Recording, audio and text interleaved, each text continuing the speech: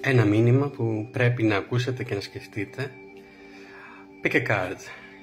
Μήνυμα 1, μήνυμα 2 ή μήνυμα 3 με τη Dracula the Wandering Star. Λοιπόν, πάμε να δούμε ποιο είναι το μήνυμα για αυτούς που διαλέξατε το 1.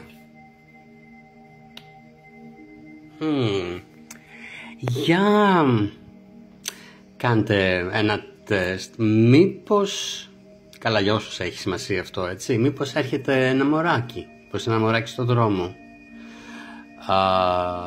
Αλλά το άλλο μήνυμα που για τους υπόλοιπους, τις υπόλοιπες, είναι ότι είναι μια ευκαιρία λίγο έτσι να αφαιθείτε στην πολυτέλεια, στην ομορφιά, στην αυθονία, στην αγάπη, να καλομάθετε λίγο τον εαυτό σας, να του δώσετε έτσι κάποιες στιγμές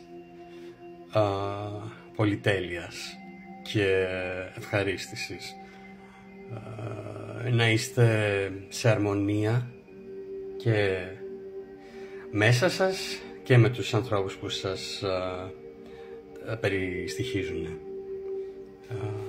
Πάμε να δούμε το 2. Λοιπόν, εδώ μιλάμε για θέματα στη δουλειά. Έρχεται μια επιτυχία στη δουλειά.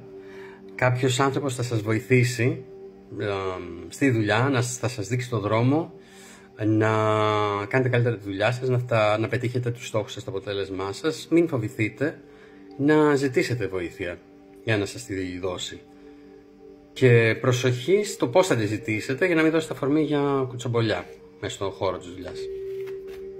Πάμε να δούμε τώρα και το 3. Ωραία κάρτα και αυτή.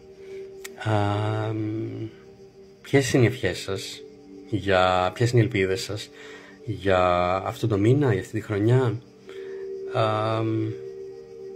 Εστιάστε στα θέλω σας, στις επιθυμίες σας, στις ευχές σας και πιστέψτε ότι μπορεί να γίνουν πραγματικότητα. Προφανώς και χρειάζεται και εμείς να κινηθούμε προς την κατεύθυνση των επιθυμιών μας και των στόχων μας, αλλά να ξέρετε ότι υπάρχει και εύνοια από τριγύρω, από το σύμπαν, από όπως θέλετε πείτε το. Οπότε βάλτε τα μπροστά και καλή επιτυχία.